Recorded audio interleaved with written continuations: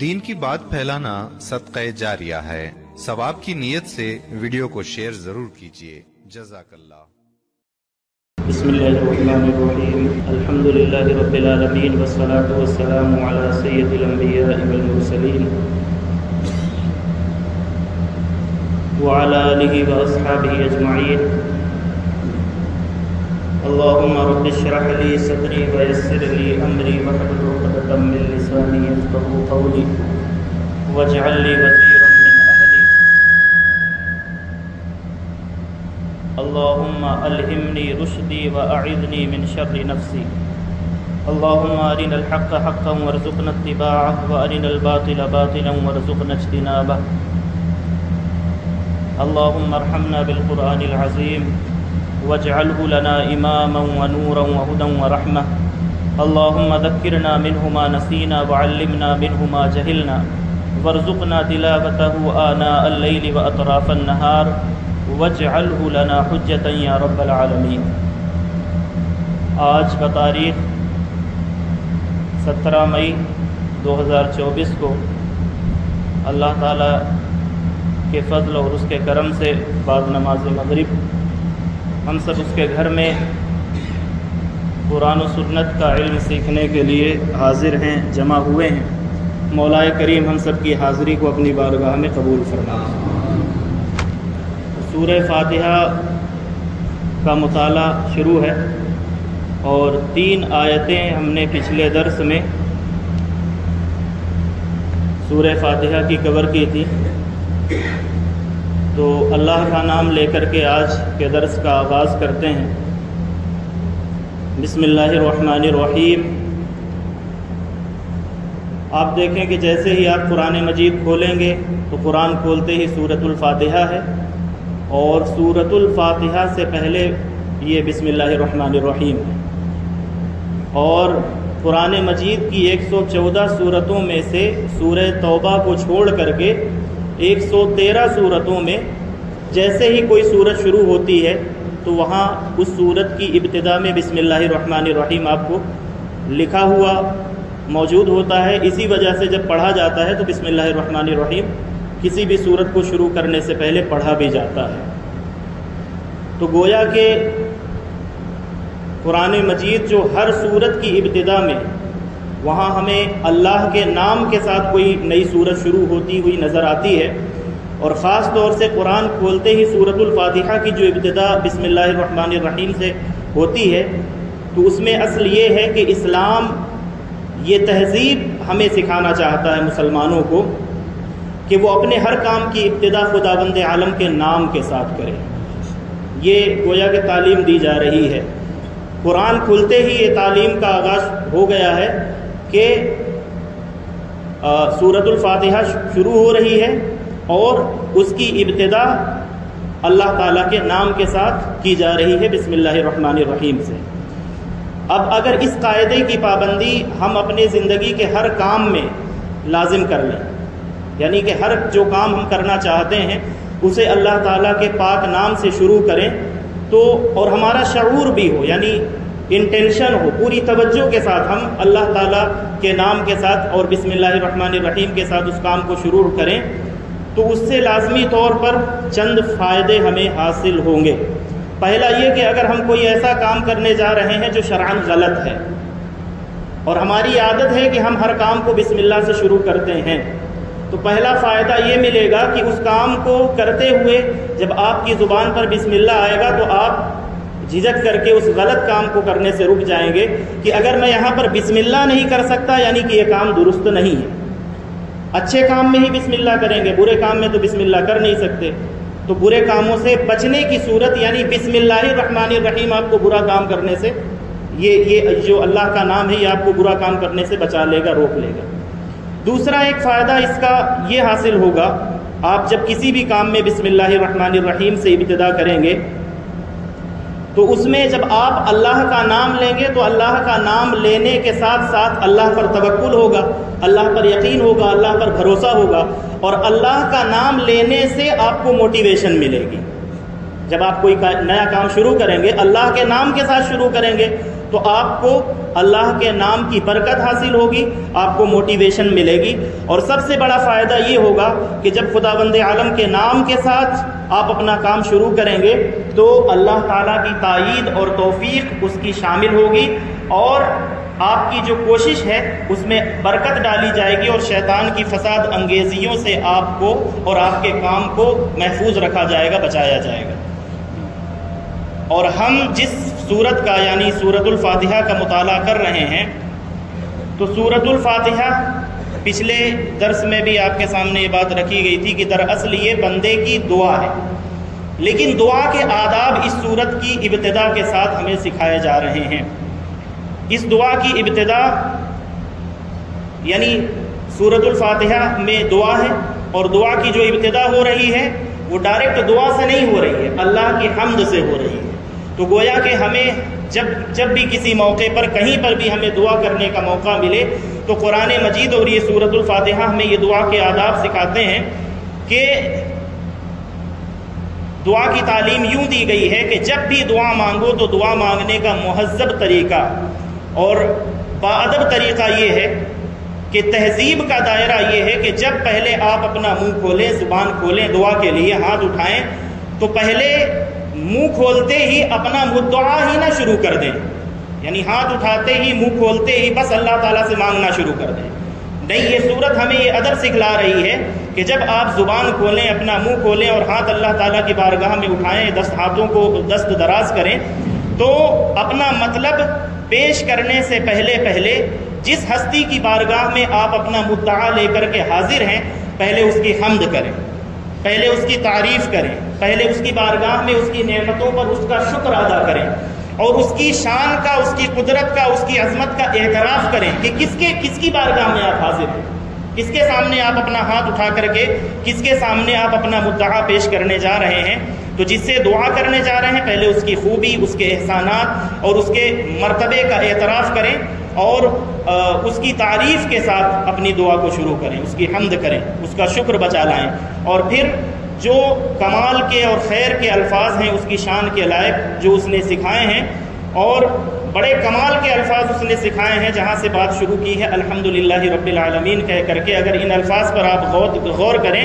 تو گویا کہ اللہ تعالیٰ نے یہ جو پہلی آیت ہے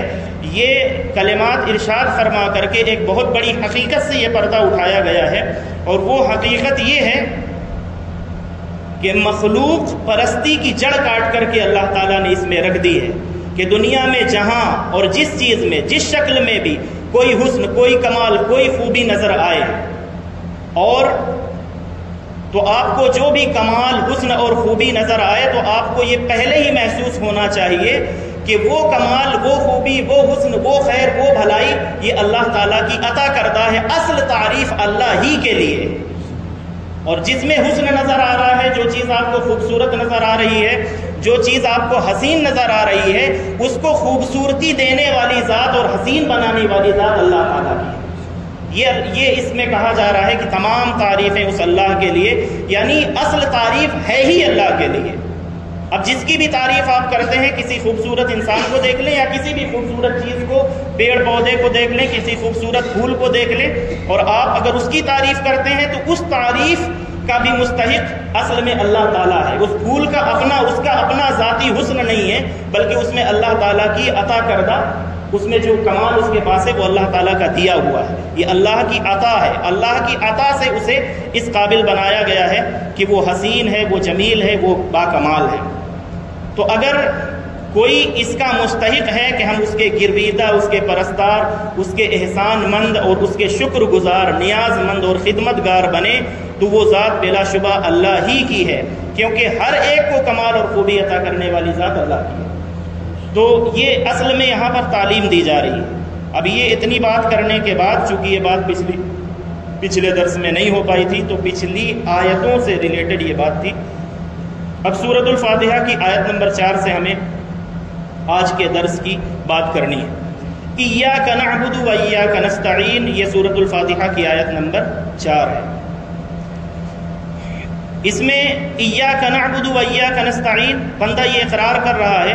کہ اے اللہ، ہم صرف تیری ہی عبادت کرتے ہیں اور مدد بھی صرف تجھی سے مانگتے ہیں۔ یہ سورۃ الفاتحہ کی آیت نمبر 4 ہے۔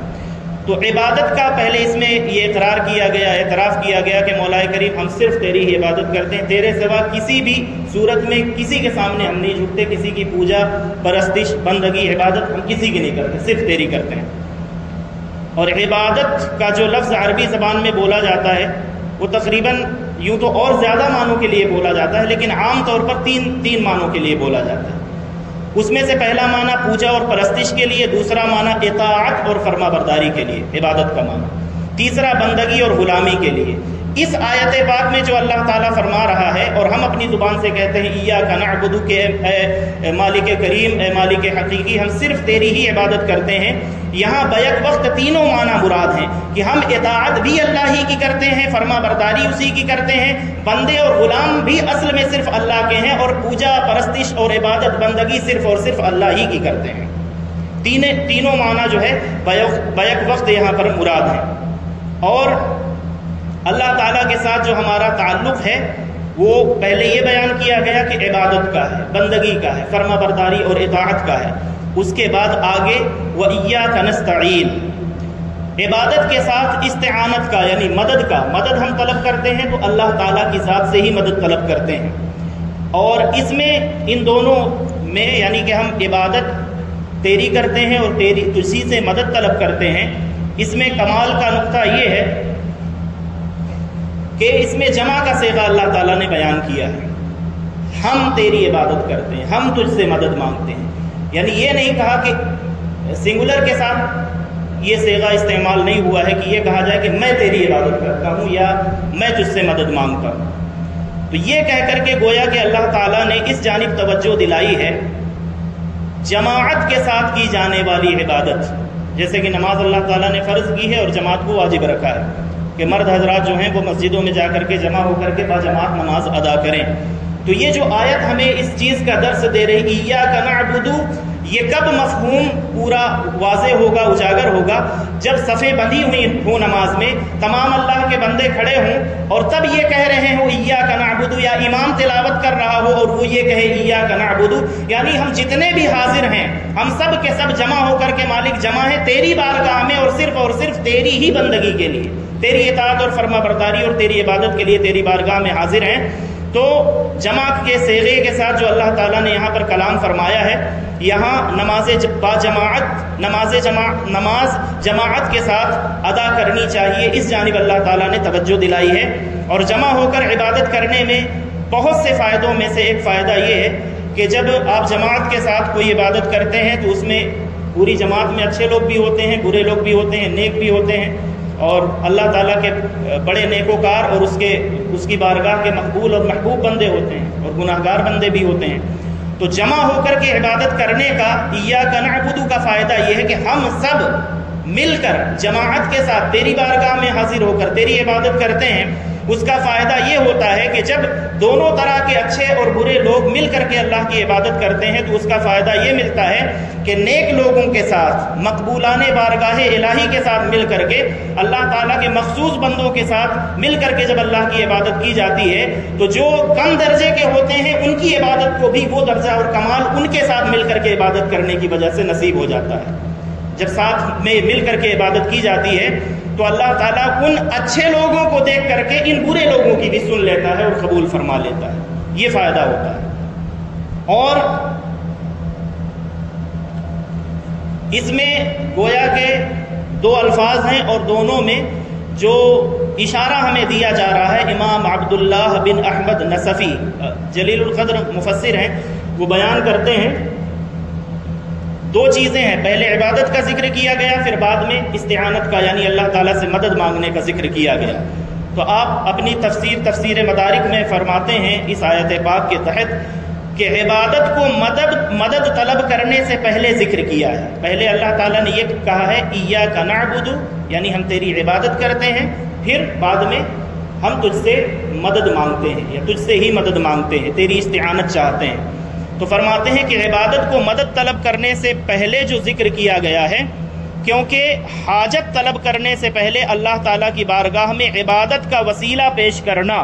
قبولیت کے زیادہ قریب ہے، اور گویا کہ یہ ادب سکھایا جا رہا ہے کہ جب اللہ سے مدد مانگنی ہو تو پہلے اس کی عبادت کرو، اس کی بارگاہ میں سجدہ کرو، اور اس کے بارگاہ میں کھڑے ہو کر کے اس کی بندگی کا نذرانہ پیش کرو۔ ڈائریکٹ منہ اٹھا کر کے اللہ تعالیٰ کی بارگاہ میں اس سے مدد طلب کرنے کے لیے نہ پہنچ جاؤ۔ یہ ادب سکھایا جا رہا ہے کہ مدد اللہ کی چاہیے تو پہلے اللہ کی عبادت کر کے جاؤ اس کی بارگاہ میں، اور اللہ تعالیٰ کی مدد چاہیے تو اللہ تعالیٰ کی بارگاہ میں پہلے اپنے سر کو جھکاؤ، پھر اس کی بارگاہ میں اس سے مدد کا سوال کرو۔ یہ بے ادبی ہوگی کہ بس آپ نے اپنے ہاتھ اٹھا دیے اور اس کی بندگی کا حق ادا نہیں کیا۔ یہ ادب ذکر فرمایا گیا ہے۔ اور اللہ کے ساتھ جو ہمارا تعلق عبادت کا ہے، اس کے ساتھ اسی طرح کا تعلق ہمارا استعانت کا بھی ہے، یعنی مدد طلب کرنے کا۔ ہمیں یہ بالکل اچھی طرح سے معلوم ہے اور معلوم ہونا چاہیے کہ ساری کائنات کا رب وہی ہے، اور ساری طاقتیں اللہ ہی کی ہیں، اللہ کے دست قدرت میں ہے، دست اختیار میں ہے، اور ساری نعمتوں کا اللہ ہی اکیلا مالک ہے۔ اس لیے ہم اپنی تمام حاجتوں کو طلب کرنے میں اللہ ہی کی جانب رجوع کرتے ہیں، اور اللہ ہی کے سامنے اپنا ہاتھ پھیلاتے ہیں، اس کے سامنے اپنے دامن کو پھیلاتے ہیں اور اپنی جھولی کو پھیلاتے ہیں، اور اللہ ہی کی مدد پر ہمیں اعتماد ہوتا ہے۔ وسیلے کے طور پر جنہیں اللہ تعالی ہمیں ظاہری طور پر وسیلہ بنا دیتا ہے، اس میں بھی ہماری جو توجہ ہے وہ اللہ تعالیٰ کی ذات پر ہونی چاہیے۔ جب لوگ کسی سے کوئی مدد طلب کرتے ہیں، آپ اگر کسی سے کہیں کہ میرا یہ کام نہیں ہو رہا ہے، یہ کروا دیجئے، اور وہ اگر اس درجے کا آدمی ہو کہ وہ کام کروا سکتا ہو، تو آپ جب اس سے یہ کہیں تو بالکل ہمارا تو یہ ہوتا ہے کہ ہم بالکل اسی پر بھروسہ کر کے بیٹھ جاتے ہیں، یہ چاہے گا تو کام ہوگا۔ لیکن قرآن یہ تعلیم دے رہا ہے کہ ٹھیک ہے وہ ظاہری طور پر ایک اسباب ہے، ایک وسیلہ ہے، آپ نے وسیلہ اختیار کیا ہے، لیکن قرآن کی تعلیم یہ ہے کہ یہ بھی آپ کی مدد تب کر سکے گا جب اللہ تعالیٰ اس کو مدد کروائے گا۔ جب اسے مدد کرنے کے قابل اللہ نے بنایا ہے، اب یہ آپ کی مدد اسی وقت کر پائے گا، یا آپ اس کی مدد سے، استعانت سے فائدہ اس وقت اٹھا پائیں گے جب اللہ تعالیٰ اس کو توفیق عطا فرمائے گا۔ تو جب کسی سے مدد بھی لیں اور کوئی آپ کی مدد کر بھی رہا ہو، تو آپ کی جو توجہ ہونی چاہیے وہ اللہ تعالیٰ کی ذات کی جانب ہی ہونی چاہیے کہ یہ مدد اگر مجھے مل رہی ہے تو یہ مدد ملنے میں مجھے اللہ تعالیٰ نے کرم نوازی فرمائی ہے کہ اس کی وجہ سے مجھے یہ مدد حاصل ہو رہی ہے۔ اب اگلی آیت دیکھیں، اہدنا الصراط المستقیم۔ اللہ تعالیٰ سے اب یہاں سے دعا کی جا رہی ہے کہ مولا تعالیٰ ہمیں سیدھے راستے پر، یعنی صراط مستقیم پر گامزن فرما دے، ہمیں سیدھے راستے پر چلا۔ اللہ تعالیٰ سے یہ اس لیے کہا جا رہا ہے کہ تو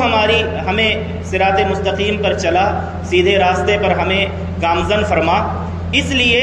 کہیں ایسا نہ ہو کہ انسانی فلسفوں کی اس بھول بھلیا میں گم ہو کر کے اگر ہم اپنی عقل کا استعمال کر کے ہدایت کو تلاش کریں تو اس بھول بھلیا میں کہیں ہم گم نہ ہو جائیں۔ ہم سمجھیں کہ یہ سیدھا راستہ ہے اور اس پر چل پڑیں، اور چلتے چلتے جب بہت سفر طے کر چکیں یا ہم آخر میں پہنچ چکے ہوں، ہماری زندگی کا آخری لمحہ باقی ہو، ہم سفر کر کے وہاں تک پہنچ چکے ہوں اور بہت آگے نکل چکے ہوں، تو بعد میں معلوم ہو کہ یہ تو راستہ بالکل غلط تھا۔ اس لیے اللہ تعالیٰ سے یہ دعا کی جا رہی ہے کہ تو ہمیں صراط مستقیم پر چلا، اور تو جاننے والا ہے چونکہ صراط مستقیم کیا ہے، تو تو اس راستے پر ہمیں چلا دے، ہمیں ڈال دے، تاکہ ہم اس راستے پر ایک بھی قدم اٹھائیں تو ہمارا ہر اٹھنے والا قدم صراط مستقیم کی جانب بڑھتا چلا جائے۔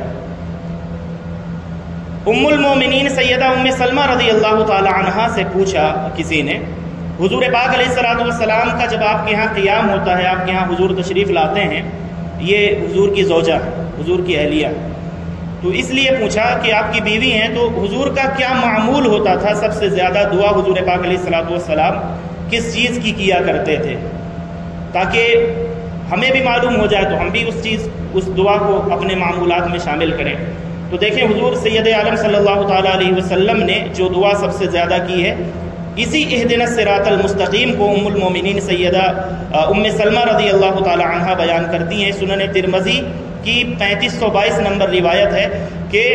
وہ حضور سید عالم صلی اللہ تعالیٰ علیہ وسلم کے بارے میں فرماتی ہیں کہ حضور پاک علیہ الصلوۃ والسلام جب میرے پاس ہوتے تھے، میرے گھر میں ہوتے تھے، تو میں دیکھتی کہ آقائے کریم صلی اللہ تعالیٰ علیہ وسلم کثرت کے ساتھ یا مقلب القلوب ثبت قلبی علی دینک اس دعا کو پڑھا کرتے تھے۔ اس کا معنی کیا ہوتا ہے؟ اے دلوں کو پھیرنے والے، یعنی دلوں کو اللہ تعالیٰ پھیرتا ہے، تو اے دلوں کو پھیرنے والے میرے دل کو اپنے دین پر ثابت قدمی عطا فرما، میرے دل کو کسی اور جانب نہ پھیر دے، بلکہ میرے دل کو اپنے دین پر اور صراط مستقیم پر جما دے، جم جائے میرا دل. چونکہ دل جو ہے وہ بار بار کسی کی بھی سن کر کے وہ پلٹتا رہتا ہے، توجہ ادھر ادھر جاتی رہتی ہے. تو حضور پاک علیہ الصلوۃ والسلام اس دعا کو کیا کرتے تھے، یا مقلب القلوب ثبت قلبی علی دینک. ہو سکے تو 3522 نمبر روایت ہے اس حدیث پاک کو، حضور کی اس دعا کو یاد کرنے کی اور اپنی دعاؤں میں اسے شامل رکھنے کی کوشش کریں. یہ یاد نہیں ہوتی تو اہدنا الصراط المستقیم تو سب کو یاد ہی ہے. تو اسی کا مفہوم ہے کہ ہمیں اس راستے پر رکھ، اس دین پر قائم فرما کہ جو سچا دین ہے، حقیقی دین ہے، یعنی ہمارا دل کسی اور جانب مائل نہ ہونے پائے. پھر صراط الذین انعمت علیہم، چھٹی آیت ہے. 7 آیتیں ہیں سورۃ الفاتحہ میں، تو یہ چھٹی آیت ہے جس میں اب اللہ تعالیٰ سے متعین کر کے گویا کہ یہ کہا جا رہا ہے. پہلے تو یہ کہا گیا کہ سیدھے راستے پر چلا، مولا تعالیٰ سے یہ دعا کی جا رہی ہے کہ مالک تو ہمیں سیدھے راستے پر چلا. اس کے بعد اب اللہ تعالیٰ سے یہ دعا کی جا رہی ہے متعین کر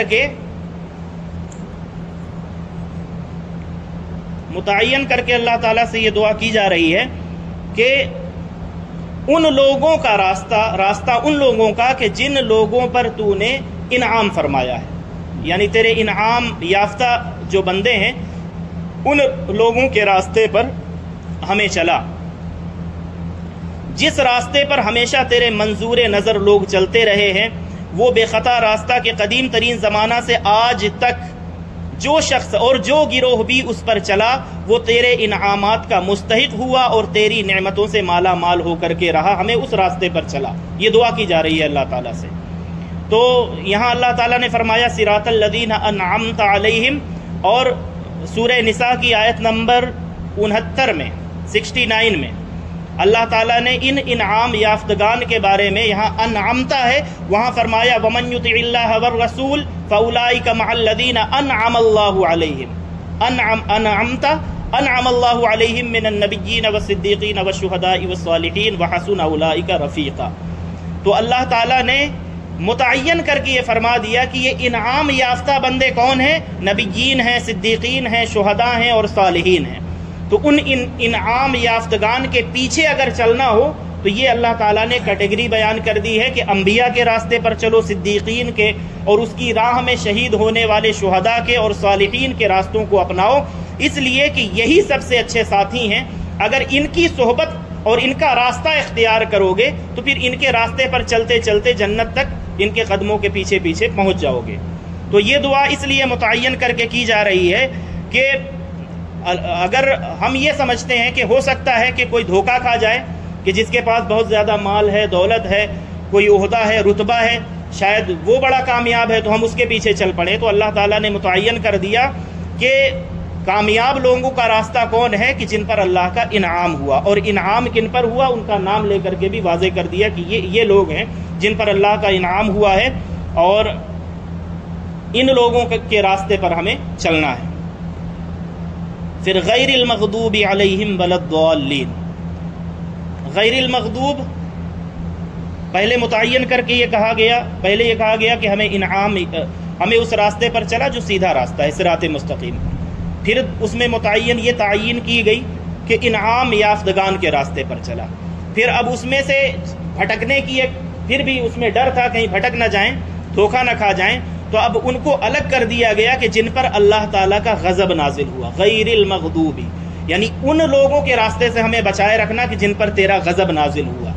ولا الضالین اور ان سے بھی محفوظ رکھنا، ان کے راستوں پر چلنے سے بھی ہمیں محفوظ رکھنا کہ جو بہک گئے. تو اس میں اب سنن ترمذی کی روایت ہے 2954 نمبر، حضرت عدی بن حاتم وہ روایت کرتے ہیں اللہ کے پیارے رسول صلی اللہ تعالیٰ علیہ وسلم نے 2 الفاظ اس میں آئے ہیں، ایک وہ لوگ جن پر اللہ کا غضب نازل ہوا، ایک وہ جو بہک گئے، حد سے آگے بڑھ گئے. تو غیر المغضوب سے مراد جو ہے، غیر المغضوب سے مراد یہاں پر حضور پاک علیہ الصلوۃ والسلام نے فرمایا یہود ہیں، جن کا ذکر آج ہم جمعہ کے دن کر رہے تھے. اور یہود کو غیر المغضوب کیوں کہا کہ جن پر اللہ کا غضب نازل ہوا؟ کیونکہ بار بار اللہ تعالیٰ نے ان کی جانب انبیاء کرام کو بھیجا. انبیاء کرام یہود کی جانب، بنی اسرائیل کی جانب آتے رہے وقتاً فوقتاً، اور یہ اپنے فائدے کے لیے یا ان کی قوم کے جو بڑے لوگ ہوتے تھے چودھری قسم کے، وہ انبیاء اکرام کو اور ان کی دعوت کو ریجیکٹ کرتے تھے، کیونکہ اس سے ان کا نقصان تھا، ان کی چودراہٹ میں فرق پڑتا تھا۔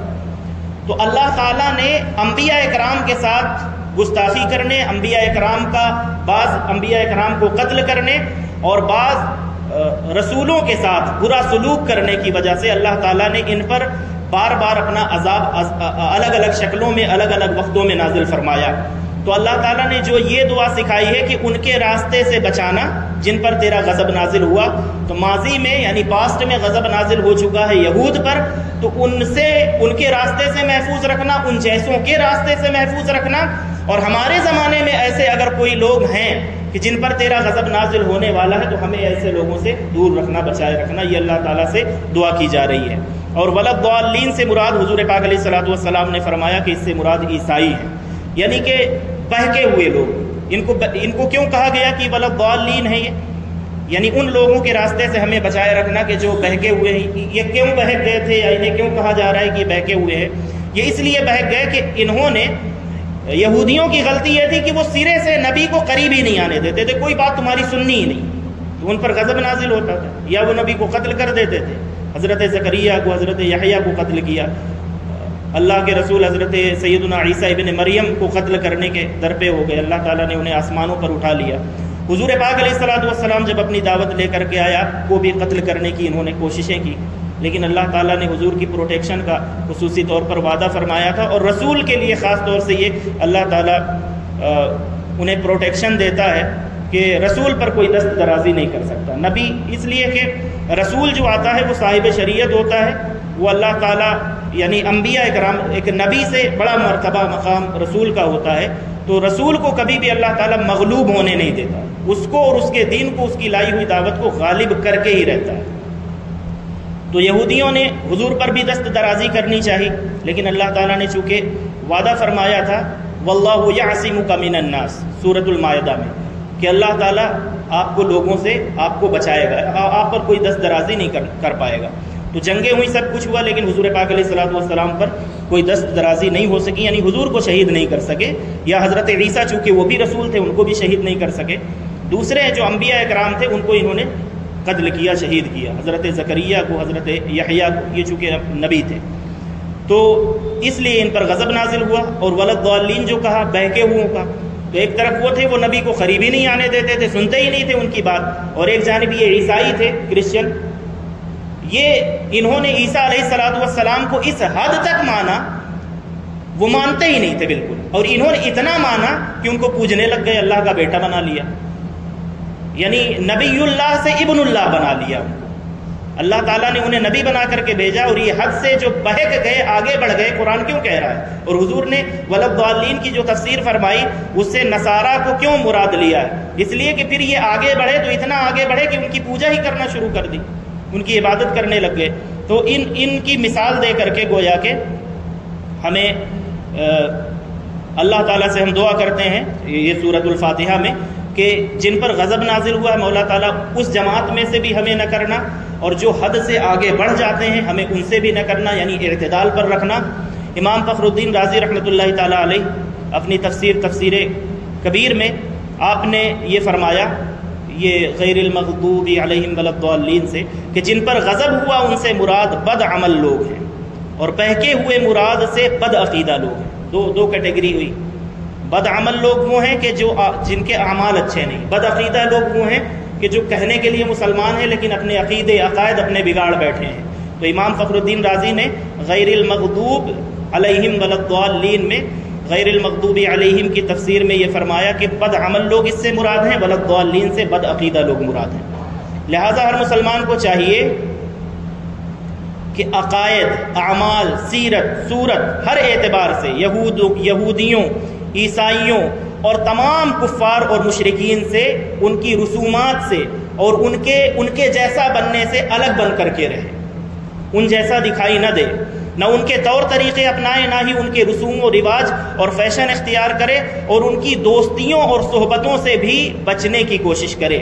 اور اپنے آپ کو قرآن و سنت کے سانچے میں ڈھالنے میں اپنے لیے دونوں جہان کی سعادت سمجھے۔ تو یہ اس آیت پاک یہ سورۃ الفاتحہ مکمل ہو گئی، اور آپ جانتے ہیں کہ سورۃ الفاتحہ جب مکمل ہوتی ہے تو ہم کہتے ہیں آمین، جس کا معنی ہوتا ہے کہ مولا تعالیٰ عز و جل تو اس دعا کو قبول فرما لے۔ تو آمین جو ہم کہتے ہیں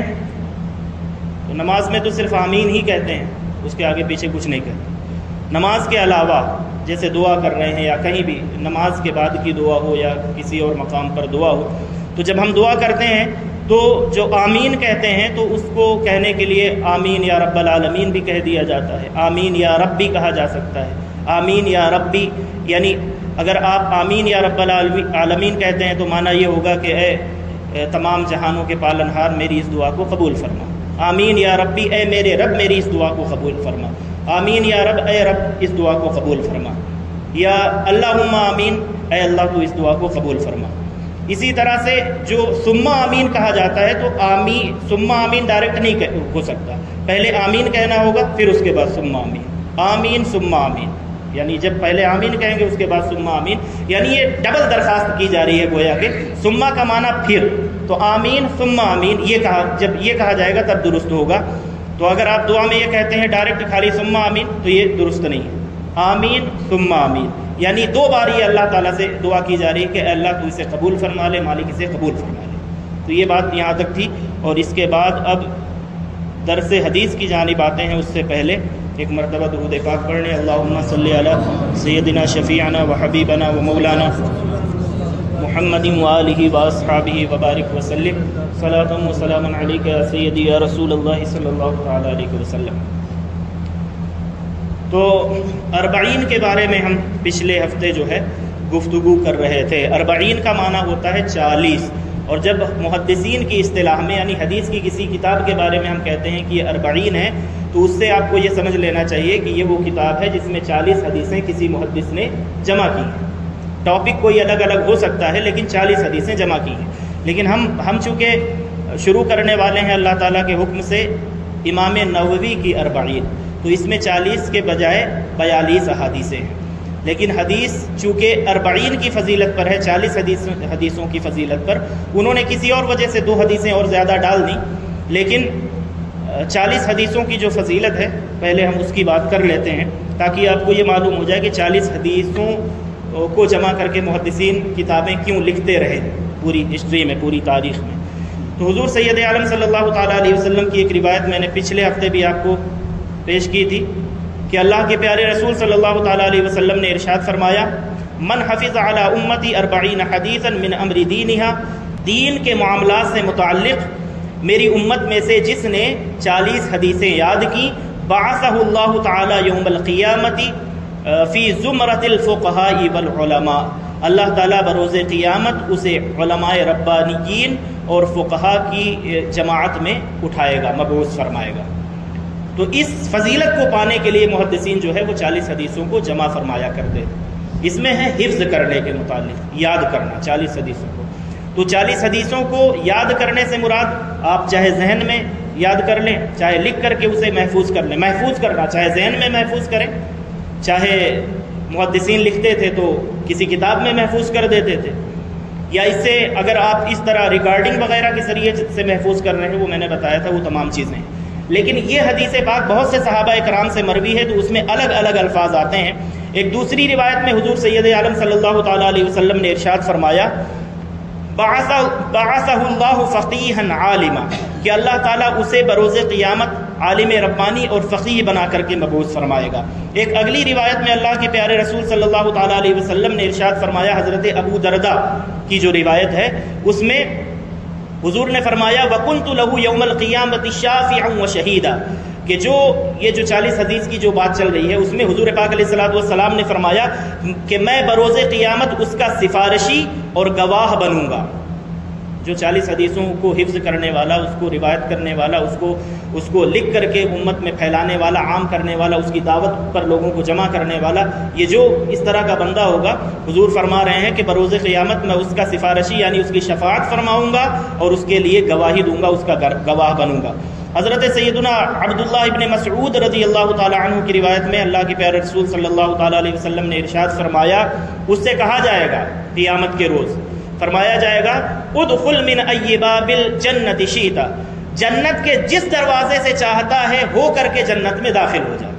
یہ اس کو اللہ تعالیٰ انعام عطا فرمائے گا. حضور کی حدیثوں کو عام کرنے کی جزا اور بدلہ اسے اللہ تعالیٰ عطا فرمائے گا کہ جنت کے جس دروازے سے گزرنا چاہتا ہے، جو دروازہ تجھے پسند آ رہا ہو، جنت کے 8 دروازے ہیں، جس میں سے جانا چاہتا ہے ہو کر کے جنت میں داخل ہو جا. سیدنا عبداللہ ابن عمر رضی اللہ تعالی عنہما کی جو روایت ہے، اس میں حضور پاک علیہ الصلوۃ والسلام کے یہ الفاظ ہیں: کتب فی زمرۃ العلماء وحشر فی زمرۃ الشہداء، کہ اس کا نام علماء کی جماعت میں لکھا جائے گا اور شہداء کی جماعت میں اس کا حشر کیا جائے گا شہداء کرام کے ساتھ. تو اس حدیث پاک کو روایت کرنے والے یہ چند راوی میں نے آپ کے سامنے پیش کیے ہیں. ان کے علاوہ سیدنا مولا علی کرم اللہ تعالی وجہہ الکریم، سیدنا معاذ بن جبل، عبداللہ ابن عباس، انس بن مالک، سیدنا ابو ہریرہ اور حضرت ابو سعید خدری اور دیگر دوسرے بھی اصحاب رسول شامل ہیں. یہ جو حدیث ہے، امام نووی یہ تمام فضیلتوں کو ذکر کرنے کے بعد آپ فرماتے ہیں: وقد صنف العلماء رضی اللہ عنہم فی ھذا الباب ما لا یحصى من المصنفات. اس فضیلت کو پانے کے لیے علماء ربانیین نے، محدثین نے اتنی کتابیں لکھی ہیں کہ جن کا شمار کرنا یعنی شمار سے باہر ہے. بہت زیادہ کتابیں لکھی ہیں 40 کے عنوان پر اس فضیلت کو پانے کے لیے. فَأَوَّلُ مَنْ عَلِمْتُهُ صَنَّفَهُ عبداللہ ابن مبارک. امام نووی فرماتے ہیں کہ میرے علم کے مطابق جنہیں میں جانتا ہوں کہ سب سے پہلے 40 کے عنوان پر کتاب لکھنے والے حضرت عبداللہ ابن مبارک ہیں. یہ یاد رکھنے والی چیز. 40 کی سب سے پہلی کتاب کس نے لکھی؟ تو عبداللہ ابن مبارک نے لکھی. یہ جواب ہے. اس کے علاوہ بہت سے محدثین کا جو ہے نام ہے، متقدمین میں، متاخرین میں، جنہیں امام نووی نے ذکر فرمایا ہے کہ میں ان کو جانتا ہوں، جن میں سے پہلے حضرت عبداللہ ابن مبارک ہیں. اور وہ متقدمین میں بھی، یعنی پہلے زمانے میں بھی ایسے بہت سے محدثین گزرے، بعض کے زمانے میں بھی بہت سے ایسے محدثین گزرے. تو ان ائمہ اعلام اور حفاظ اسلام کی اقتدا کرتے ہوئے حضرت امام نووی فرماتے ہیں کہ میں نے بھی 40 احادیث جمع کرنے کے لیے اللہ تعالیٰ سے استخارہ کیا. وقد استخرت اللہ، میں نے اللہ تعالیٰ سے استخارہ کیا فی جمع 40 حدیثا، 40 حدیثوں کو جمع کرنے کے بارے میں، اقتداء بہؤلاء الائمۃ الاعلام، ان ائمہ اعلام کے طریقے پر چلتے ہوئے، ان کی پیروی کرتے ہوئے. پھر آگے ایک چیز ذکر فرماتے ہیں: وقد اتفق العلماء علی العمل بالحدیث الضعیف. جو حدیث شروع میں امام نووی نے پیش کی ہے، جلیل القدر شافعی امام ہیں، اور وہ اس بات کو واضح کر رہے ہیں تاکہ بعد میں آنے والا کوئی شخص جو ہے اس پر یہ اعتراض نہ کرے کہ یہ حدیث ضعیف ہے. آپ فرماتے ہیں کہ مجھے بھی معلوم ہے یہ حدیث ضعیف ہے، لیکن اتنے زیادہ صحابہ کرام سے یہ روایت ہوئی ہے، اتنے زیادہ صحابہ کرام سے روایت ہونے کے بعد یہ آپ دیکھ لیں کہ یہ کتنے پرانے امام ہیں، محدث ہیں، اور جلیل القدر محدث ہے، اور ان کی بہت ہی مشہور اور مقبول جو شرح ہے صحیح مسلم کی. اس کے علاوہ اور بھی بہت سی ان کی تصنیفات ہیں. ان کی 40 کو سب سے زیادہ مقبولیت حاصل ہوئی ہے. یعنی میں نے آپ کے سامنے پیش کیا ہے کہ 40 لکھنے والے، 40 حدیثوں کو جمع کرنے والے، سب سے پہلے یہ خود کہہ رہے ہیں کہ میرے علم کے مطابق عبداللہ ابن مبارک ہیں، لیکن سب سے زیادہ شہرت اور علماء کے درمیان، عوام کے درمیان مقبولیت سب سے زیادہ امام نووی کی کتاب کو حاصل ہوئی ہے. تو یہ فرماتے ہیں، یہ اتنے مقبول امام یہ کہہ رہے ہیں کہ مجھے معلوم ہے، اور اس پر علماء کا، یعنی علماء کہنے سے مراد وہ علماء جو محدثین ہیں، ان کا اتفاق ہے ضعیف حدیث پر عمل کرنے کے متعلق فی فضائل الاعمال، جبکہ فضیلت کی حدیث. ضعیف حدیث سے کبھی کوئی حکم یعنی حلال یا حرام ثابت نہیں ہو سکتا ہے، نہیں کیا جا سکتا، اس کی چونکہ سند کمزور ہے. لیکن ضعیف حدیث اگر بہت سے راویوں سے، بہت سے الگ الگ طرق سے آ جائے، اسی لیے میں نے آپ کے سامنے پیش کی ہے کہ حضور نے یہ بھی فرمایا، حضور نے یہ بھی فرمایا، الگ الگ صحابہ سے. تو جب فضائل کے باب میں اس طرح کی حدیث آتی ہے تو یہ کہہ رہے ہیں کہ علماء کا اس پر، محدثین کا اتفاق ہے کہ فضیلت کے لیے اس حدیث کو لیا بھی جا سکتا ہے، اس پر عمل بھی کیا جا سکتا ہے. لیکن پھر آگے یہ بھی کہتے ہیں مع ھذا فلیس اعتمادی علی ھذا الحدیث، اس کے باوجود میرا اعتماد، میری بیس اور بنیاد صرف یہی حدیث نہیں ہے، بل بلکہ علی قولہ صلی اللہ تعالی علیہ وسلم فی الاحادیث الصحیحہ، بلکہ میں جو اپنی بنیاد بنا رہا ہوں اس کتاب کے لیے، بیس بنا رہا ہوں، یہ تو میں نے یہ حدیث فضیلت کے لیے ذکر کر دی ہے، ضعیف حدیث تھی لیکن میں نے ذکر کر دی ہے، اور یہ محدثین کا قاعدہ بھی، اصول بھی بیان کر دیا۔ ہمارے اس زمانے کے جو اہل الحدیث ہیں وہ اس قاعدے کو نہیں مانتے، وہ کہتے ہیں کہ ضعیف حدیث لینا ہی نہیں ہے بالکل سرے سے۔ لیکن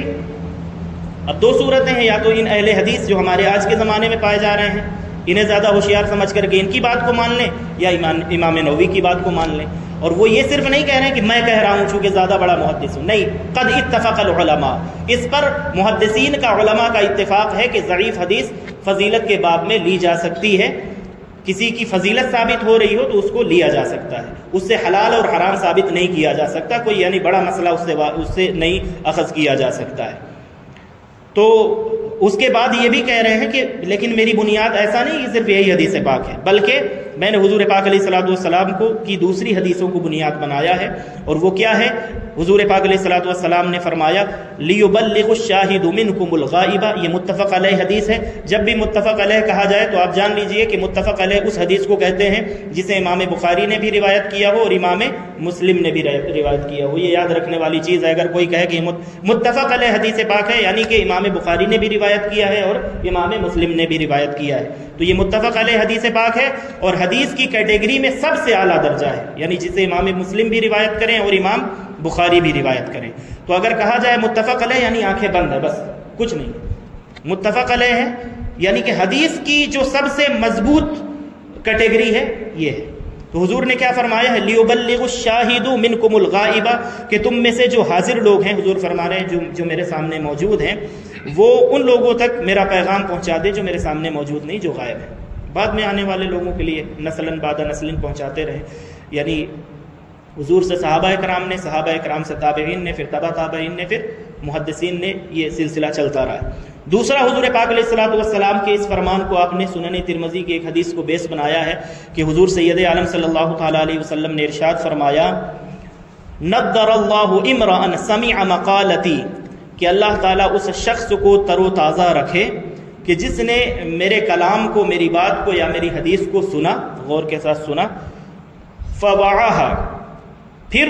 جیسا سنا تھا ویسا اسے یاد کر لیا، پھر اس کو یاد کرنے کے بعد فأداها كما سمعها، پھر جس طرح سے سنا تھا اور یاد کیا تھا اسے دوسروں تک پہنچا دیا۔ تو یہ حضور کے اس فرمان کو، یہ دو حدیثیں انہوں نے ذکر کی ہیں امام نووی نے، اور انہیں ذکر کرنے کے بعد فرماتے ہیں کہ یہ میری بنیاد ہیں کہ حضور پاک علیہ الصلوۃ والسلام نے جو یہ فرمایا ہے کہ جو تم میں سے حاضر ہے یا جس تک میرا پیغام پہنچ چکا ہے وہ ان تک پہنچا دے جن تک ابھی نہیں پہنچا ہے۔ اور اللہ تعالیٰ سے دعا بھی کی کہ جو یہ کام کرنے میں لگے ہوئے ہیں اللہ تعالیٰ انہیں تر و تازہ رکھے۔ حضور پاک علیہ الصلوۃ والسلام نے یہ دعا دی ہے۔ تو امام نووی فرماتے ہیں کہ اس انٹینشن سے حضور پاک علیہ الصلوۃ والسلام کی ان احادیث کو سامنے رکھتے ہوئے جو ہے میں وہ یہ 40 ترتیب دے رہا ہوں، لکھ رہا ہوں تاکہ ان لوگوں تک پہنچ جائے۔ اب یہ پہنچا ہی ہے ان کے ذریعے سے ہم لوگوں تک، بعد میں آنے والوں تک۔ تو امام نووی کے بارے میں تھوڑا سا جان لیتے ہیں۔ امام نووی کا نام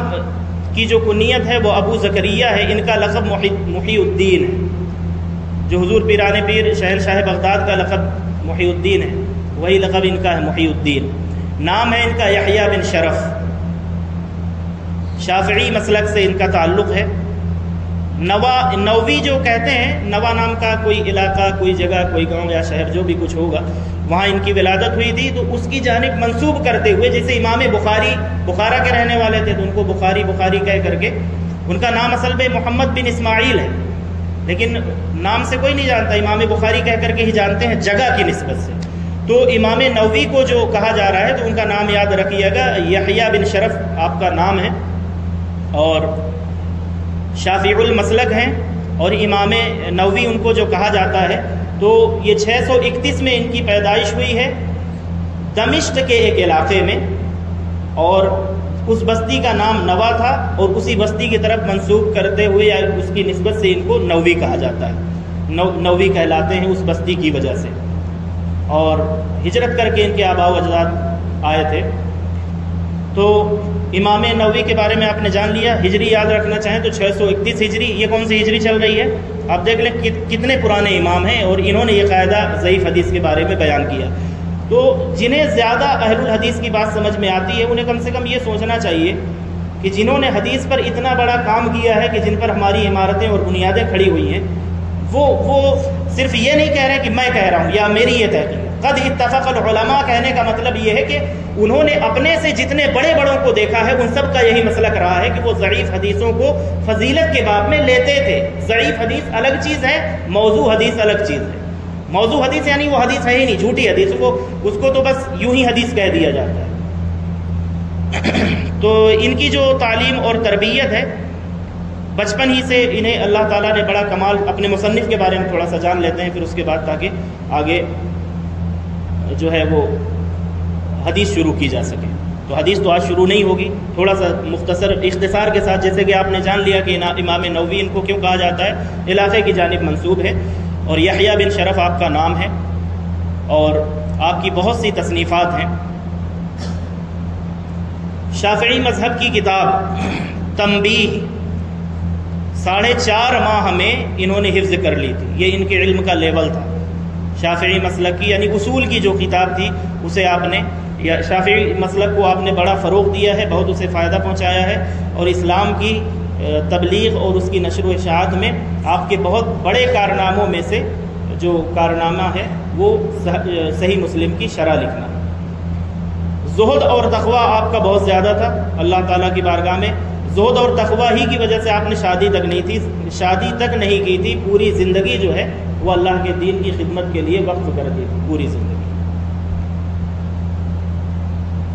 آپ کے معمولات میں سے آتا ہے کہ صرف ایک مرتبہ عشاء کے بعد تھوڑا سا کھانا کھاتے اور سحری کے وقت صرف پانی پیتے تھے۔ عشاء کے بعد یعنی افطار کرنے کے لیے سمجھ لے تھوڑا سا کھانا کھاتے تھے اور سحری کے وقت تھوڑا سا پانی پیتے تھے۔ یہ زہد اور تقوی کا عالم تھا، یعنی دنیا سے بے رغبتی کا یہ عالم تھا۔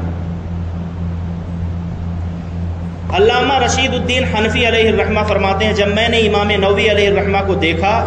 کہ دنیاوی آسائشوں سے بالکل دور رہتے ہیں اور انتہائی سخت مجاہدات کرتے ہیں، تو میں نے ان سے کہا کہ مجھے خوف ہے کہ کہیں آپ ایسی بیماری میں مبتلا نہ ہو جائیں، یعنی کچھ کھاتے پیتے ہیں ہی نہیں تو کسی ایسی بیماری میں نہ مبتلا ہو جائیں کہ جس سے آپ کو بہت نقصان پہنچ جائے۔ تو آپ نے اس کا جواب یہ دیا کسی کی مثال دے کر کے، اپنے سے پہلے گزرنے والے اللہ کے نیک بندوں کی، صحابہ کرام کی، کہ صحابہ کرام بھی آپ دیکھیں کس طرح کا کھانا، ان کے پیٹ پہ پتھر بندھے ہوتے تھے۔ تو آپ نے ان کی مثال دے کر کے فرمایا کہ ان لوگوں نے کتنا کھانا کھایا تھا، ان لوگوں نے کچھ بھی نہیں کھایا تھا، ان کے پیٹ پر پتھر بندھے ہوئے ہوتے تھے اور ان کی ہڈیاں خشک ہو گئی تھی، اس کے باوجود جس بیماری کا وہ ڈرا رہے تھے کہ کہیں آپ کو کوئی ایسی بڑی بیماری نہ ہو جائے، تو فرماتے ہیں کہ ان کو اگر یہ بیماری نہیں ہوئی تو میں تو ان سے بہت کم کر رہا ہوں، مجھے بھی ایسی کوئی بیماری نہیں ہوگی۔ تو امام نووی رحمۃ اللہ تعالی علیہ علم میں، عمل میں، زہد میں، تقوی میں، امر بالمعروف اور نہی عن المنکر یعنی کہ اچھائی کا حکم دینے اور برائی سے روکنے کے معاملے میں ان کی یہ تمام جو خدمات ہیں کہ حصول علم میں مشغولیت کے ساتھ ساتھ کثرت کے ساتھ نوافل، اور یہ تمام کام روزے، زہد، ورع، عبادت، ریاضت، اور اپنے استاذ کی پیروی کرتے تھے۔ استاد کے وصال کے بعد عبادت و ریاضت میں آپ کا اشتغال مزید بڑھ گیا تھا، یعنی جب تک استاد زندہ تھے تب تک ان سے کچھ نہ کچھ سیکھنے کے لیے ان کی بارگاہ میں کہیں نہ کہیں حاضر ہوتے رہتے تھے۔ جب استاد دنیا سے رخصت ہو گئے تو صرف اور صرف اللہ کے دین کی خدمت اور اللہ کی عبادت ہی ان کا کام رہا۔ خوف خدا کے معاملے میں امام ابو عبداللہ بن ابو الفتح حنبلی علیہ الرحمہ فرماتے ہیں کہ ایک رات میں نے جامع دمشق میں یعنی دمشق کی جامع مسجد میں امام نووی رحمۃ اللہ تعالی علیہ کو دیکھا کہ ایک ستون کے نیچے یعنی ایک پلر کے پیچھے اندھیرے میں انتہائی خشوع و خضوع سے نماز ادا فرما رہے ہیں، اور آپ پر غم اور حزن کی کیفیت طاری تھی، اور بار بار روتے ہوئے یہ آیت کریمہ پڑھ رہے تھے، وَقِفُوهُمْ إِنَّهُمْ مَسْئُولُونَ، سورہ صافات کی آیت نمبر 40، یعنی اس آیت کی تکرار کر رہے تھے، گویا کہ آپ پر ایک وجد کی کیفیت طاری تھی۔ وَقِفُوهُمْ إِنَّهُمْ مَسْئُولُونَ کہ قیامت کے دن اللہ تعالیٰ فرمائے گا انہیں روک لو، ان سے کچھ سوال کرنا ہے، کچھ پوچھنا ہے۔ تو یہ آیت پڑھ کر کے وہ روتے جا رہے تھے کہ کہیں میں بھی ایسا نہ ہو جاؤں کہ مجھے بھی نہ روک لیا جائے، اور اللہ تعالیٰ جس سے سوال کرنے پر آ جائے اس کے سوال کا کوئی جواب، یا جس سے وہ حساب لینے پر آ جائے تو پھر کوئی حساب نہیں دے سکتا۔ تو بار بار یہ آیت پڑھتے جا رہے تھے درد کے ساتھ اور روتے جا رہے تھے، اور اللہ تعالیٰ سے گویا کہ نماز کی حالت میں پناہ مانگتے جا رہے تھے کہ مولا تعالیٰ مجھے نہ روکنا۔ عاجزی اور انکساری آپ کی بہت زیادہ تھی، چونکہ اتنے بڑے امام تھے تو آپ کے پاس بہت بڑی تعداد میں دنیا بھر سے طلباء آتے تھے، لیکن عاجزی اور انکساری کی وجہ سے آپ نے یہ ان سے کہہ رکھا تھا کہ میرے پاس تھوڑا تھوڑا یعنی تھوڑی تھوڑی تعداد میں آیا کرو، ایک ساتھ گروپ بنا کر کے نہ آیا کرو، کہیں میرا نفس مجھے اس چیز پر نہ ابھارے، یعنی میرے اندر سے کہیں کوئی یہ آواز نہ اٹھے کہ واہ میں تو مطلب اتنا بڑا عالم ہو گیا کہ میرے پاس اتنے لوگ جمع ہوئے، یعنی تکبر نہ پیدا ہو اندر، غرور اور گھمنڈ نہ پیدا ہو۔ اس لیے اپنے شاگردوں کو کہا تھا کہ گروپ جو ہے اپنے چھوٹے کر کے آؤ، یعنی پورا ایک بارگی نہ ہو۔ بادشاہوں سے ملنا جلنا بالکل بھی پسند نہیں تھا، عمراء اور حکام سے بالکل ہمیشہ دور رہتے تھے۔ ایک مرتبہ آپ صحن مسجد میں درس دے رہے تھے، اتنے میں اطلاع ملی کہ بادشاہ مسجد میں نماز کے لیے آ رہا ہے، آپ فوراً درس ختم کر کے وہاں سے آپ چلے گئے، اور پھر پورا دن مسجد میں نہ آئے تاکہ بادشاہ سے ملاقات نہ کرنی پڑے۔ جب کسی نے پوچھا تو آپ نے یہ فرمایا کہ مجھے چونکہ بادشاہوں سے ان کے ہر طرح کے ہتھ کنڈے ہوتے ہیں تو میں بالکل ایسے لوگوں سے ملنا پسند نہیں کرتا۔ تو یہ ان کے اللہ تعالیٰ کی خشیت اور عاجزی انکساری دنیا سے بے رغبتی کا یہ عالم تھا۔ امام نووی رحمۃ اللہ تعالی علیہ، ان کا جو بچپنا تھا، یعنی کہ جب اللہ تعالیٰ کسی کو کوئی مقام اور مرتبہ عطا فرمانا چاہتا ہے تو اس کو بچپن ہی سے کسی صحیح راستے پر ڈال دیتا ہے۔ تو امام نووی رحمۃ اللہ تعالی علیہ کو اللہ تعالیٰ نے چونکہ یہ بڑا مقام اور مرتبہ عطا فرمانا چاہا تو ان کے بارے میں یہ ہے کہ ایک مرتبہ جب بچپن کے زمانے میں کچھ ساتھی، کچھ دوست یا کچھ بچے ان کو کھینچ رہے تھے کھیلنے کے لیے، ہاتھ پکڑ کر کے چلو کھیلنے چلتے، تو امام نووی رحمۃ اللہ تعالی علیہ ان سے جہاں تک ہو سکتا تھا اپنی جان چھڑاتے رہے اور ان سے بچنے کی کوشش کرتے رہے۔ بچے ہوتے ہیں، وہ اپنی ضد میں وہ بھی تھے کہ کھیلنے چلا ہی جائے، اور یہ نہیں جانا چاہتے تھے، اللہ کا ذکر کرنے میں مشغول رہنا چاہتے تھے۔ تو جب بچوں نے بالکل حد کر دی، یعنی کہ وہ چھوڑنا ہی نہیں چاہتے تھے، تو یہ پھر رونے لگ گئے، اور قرآن مجید کی وہ آیتیں جو آخرت کی یاد دلاتی ہیں ان کو پڑھتے جاتے تھے۔ بچپن کا زمانہ تھا اور روتے جاتے تھے، اور بچے ادھر وہ کھیلنے کے لیے ضد پر اڑے ہوئے تھے۔ اس حالت میں ان کو کسی نے دیکھا تو ان کے استاد سے جا کر کے یہ معاملہ بیان کیا کہ یہ بچہ جو جس کی اس عمر میں یہ حالت ہے اور اللہ تعالیٰ کی جانب رغبت کا یہ عالم ہے، تو ان کے استاد کو پھر نصیحت کی کہ ان پر خصوصی توجہ دیں تاکہ پھر یہ جا کر کے آگے چل کر کے جس میں آج یہ کوالٹیز ہیں تو آگے آپ ان کو وہ علم کے زیور سے آراستہ کریں تاکہ یہ پھر اللہ کے دین کی زیادہ سے زیادہ خدمت کر سکیں۔ ان کی مشہور ترین بہت سی کتابیں ہیں، تقریباً اس میں 39 کتابوں کا ذکر اس میں کیا ہوا ہے، جس میں مشہور شرح بخاری کی بھی شرح انہوں نے لکھی ہے، شرح صحیح مسلم المنہاج کے نام سے شرح مسلم کی شرح لکھی ہوئی ہے، اور امام نووی کی سب سے مشہور کتاب اگر کہا جائے تو ریاض الصالحین، جو اولیاء اور صالحین اور صوفیاء کے طرز پر، یعنی کہ جو انسان کے اندر تقوی پیدا کرنے والی حدیثیں ہیں ان کو آپ نے ریاض الصالحین کے اندر جمع فرمایا ہے۔ امام نووی رحمۃ اللہ تعالی علیہ نے اس طرح سے، یعنی 39 کتابوں کا ذکر تو اس میں سامنے موجود ہے، تو اس طرح سے آپ نے دین کی خدمات انجام دی ہیں، اور یہ وہ کتابیں ہیں جو بہت بڑی بڑی ضخیم جلدوں پر مشتمل ہیں، یعنی کوئی ایسی چھوٹے موٹے کتابچے نہیں ہیں۔ امام نووی رحمۃ اللہ تعالی علیہ کی جو مقبولیت ہے وہ اس قدر ہے اللہ تعالیٰ کی بارگاہ میں کہ کسی ایک شخص نے دیکھا کہ امام نووی رحمۃ اللہ تعالی علیہ جیسے مسالک کے آج ہمارے زمانے میں اختلاف ہوتے ہیں، اور وہ اختلافات ہمیشہ سے رہے ہیں، حنفیوں کے، شافعیوں کے ساتھ، حنبلیوں کے ساتھ، مالکیوں کے ساتھ ایک دوسرے کے اختلافات ہوتے ہیں وہ دلائل کی بنیاد پر ہوتے ہیں، کسی حسد، کسی جلن یا اپنے بڑکپن کی وجہ سے نہیں ہوتے۔ ایک بات ہم کو سمجھ میں آئی ہے تو ہم اس پر عمل کر رہے ہیں اطمینان کے ساتھ۔ آپ کو کوئی دوسری بات سمجھ میں آئی ہے کسی شافعی کو، کسی حنبلی کو، کسی مالکی کو، تو وہ اطمینان کے ساتھ اپنی اس بات پر عمل کر رہا ہے۔ تو اس میں پہلے بھی کچھ بد نصیب ہوا کرتے تھے، اور ہمارے زمانے میں بھی ہوتے ہیں کہ جو کٹر قسم کے لوگ ہو جاتے ہیں پھر کہ اپنی یعنی کہ میں صحیح ہوں، اس کے علاوہ اور کوئی صحیح نہیں ہے، اور وہ اپنی صداقت کو اس طرح سے پیش کرتے ہیں جیسے کہ لگ رہا ہے اسی پر وحی نازل ہو رہی ہے۔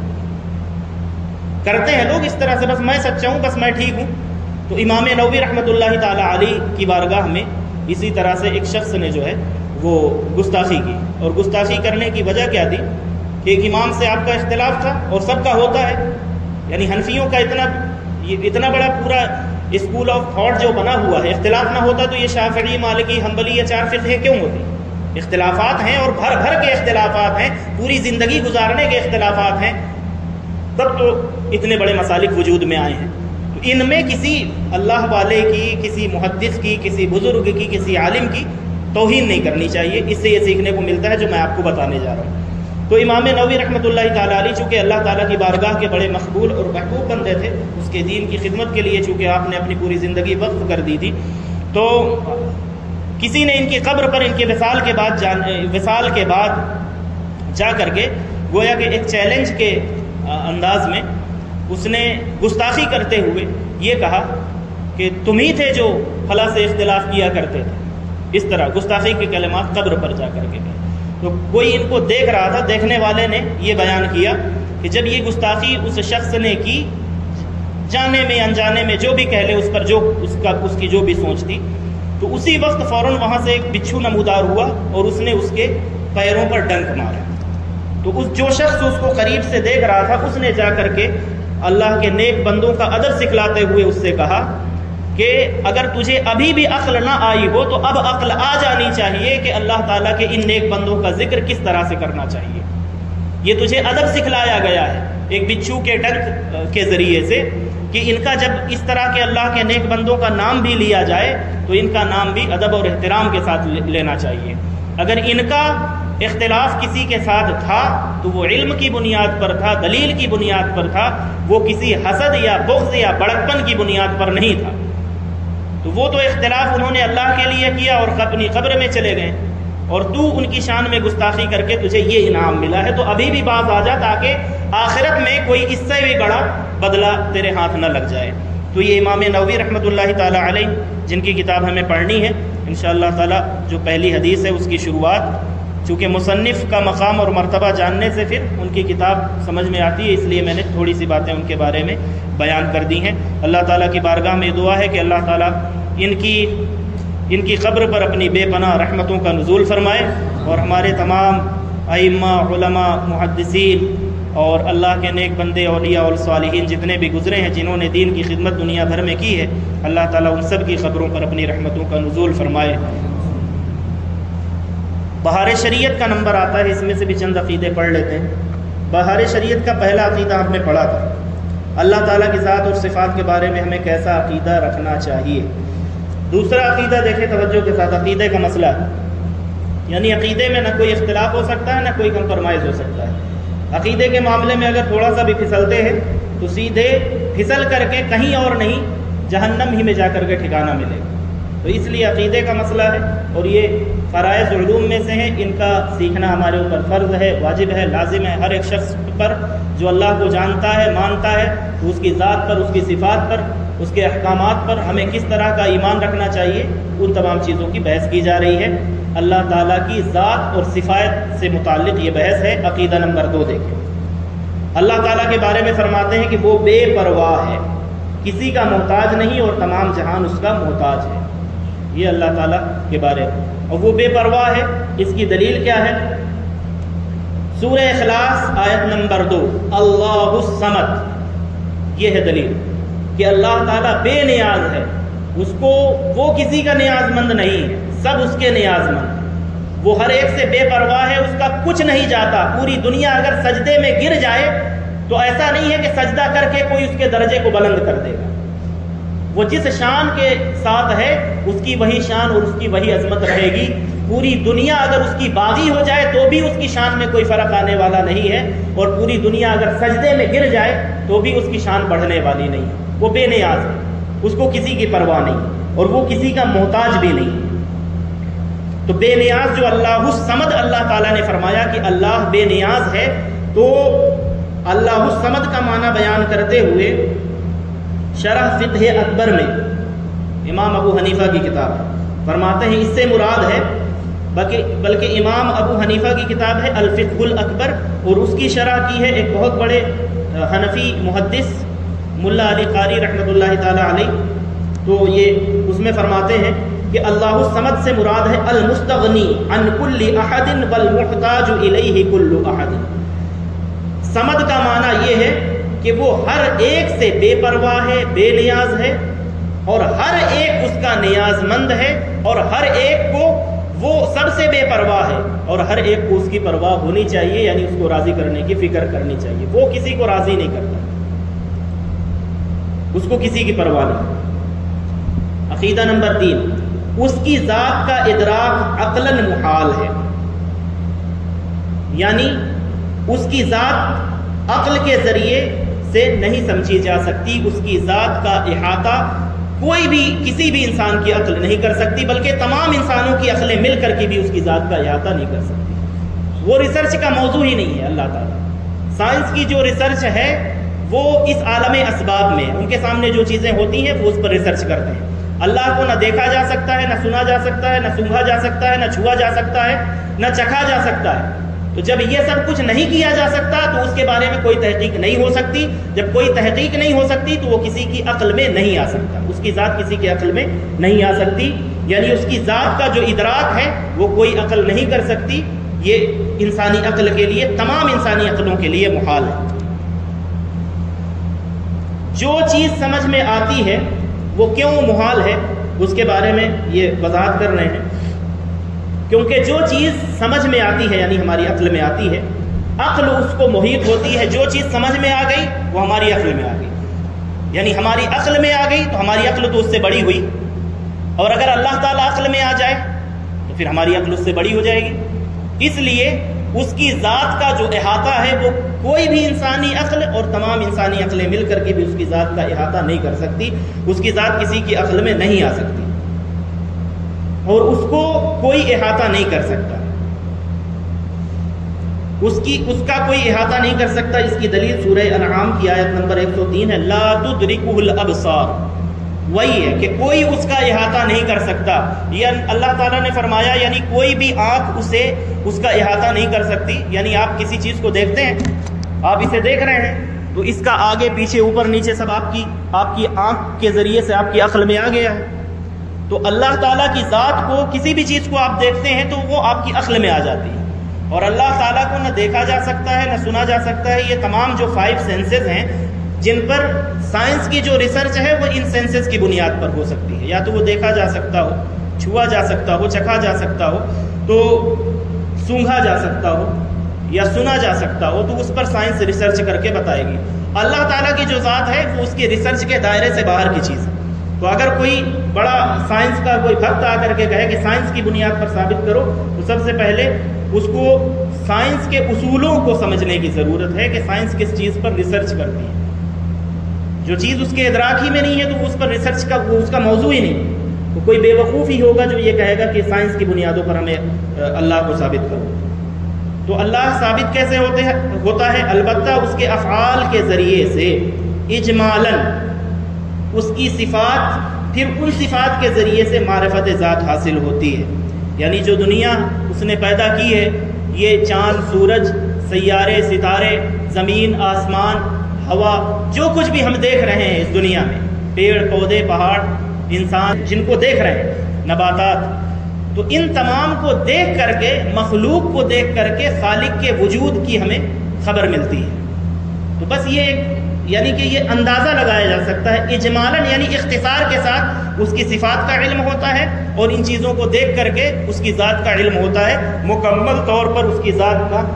کوئی بھی احاطہ اور ادراک نہیں کر سکتا۔ نمبر 4 دیکھیں، اس کی صفتیں، یہ تھوڑا سا مشکل ٹرم یوز ہوئی ہیں لیکن انہیں ایک مثال کے ساتھ سمجھنے کی کوشش کرتے ہیں۔ اس کی صفتیں نہ عین ہے نہ غیر۔ یہ کہنے کا مطلب یہ ہے کہ ایک مثال سے انہوں نے سمجھایا ہے حاشیے میں کہ اللہ تعالیٰ کی جو ذات اور صفات، دو چیزوں پر کلام کیا جا رہا ہے۔ اللہ تعالیٰ کی ذات ہے اور صفات یعنی اس کی کوالٹیز۔ تو ایک مثال انہوں نے دی ہے، یعنی کسی بھی طور پر صفات ذات سے جدا ہو کر نہیں پائی جا سکتی۔ مثال یہ دی ہے بلا تشبیہ، اس کو یوں سمجھیں کہ پھول کی خوشبو پھول کی صفت ہے، پھول وہ ذات ہے اور اس کی جو کوالٹی ہے، اس کی جو صفت ہے وہ کیا ہے؟ خوشبو دینا۔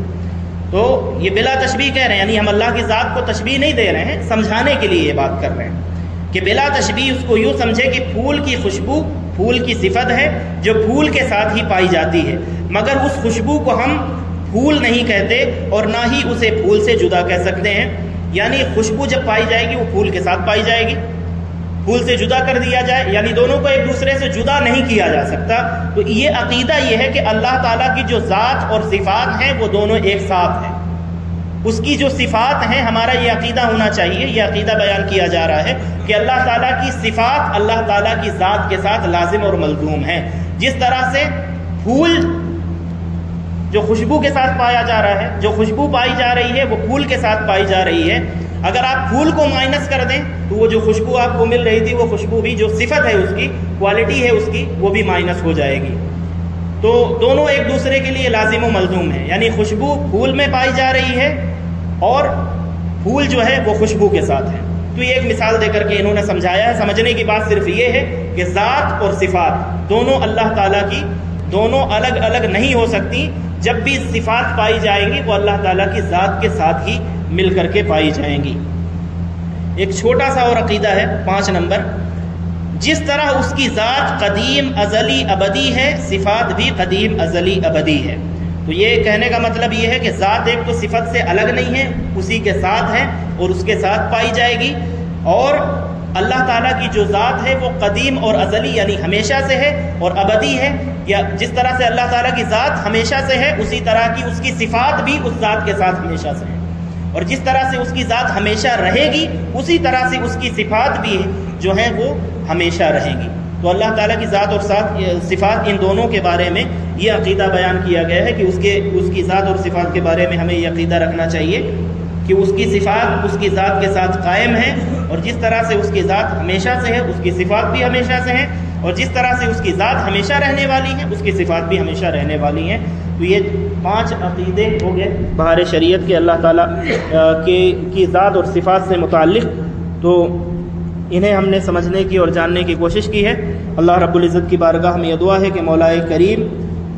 حضور سید عالم صلی اللہ تعالیٰ علیہ وسلم کے لائے ہوئے دین کی تعلیمات کو، صحیح تعلیمات کو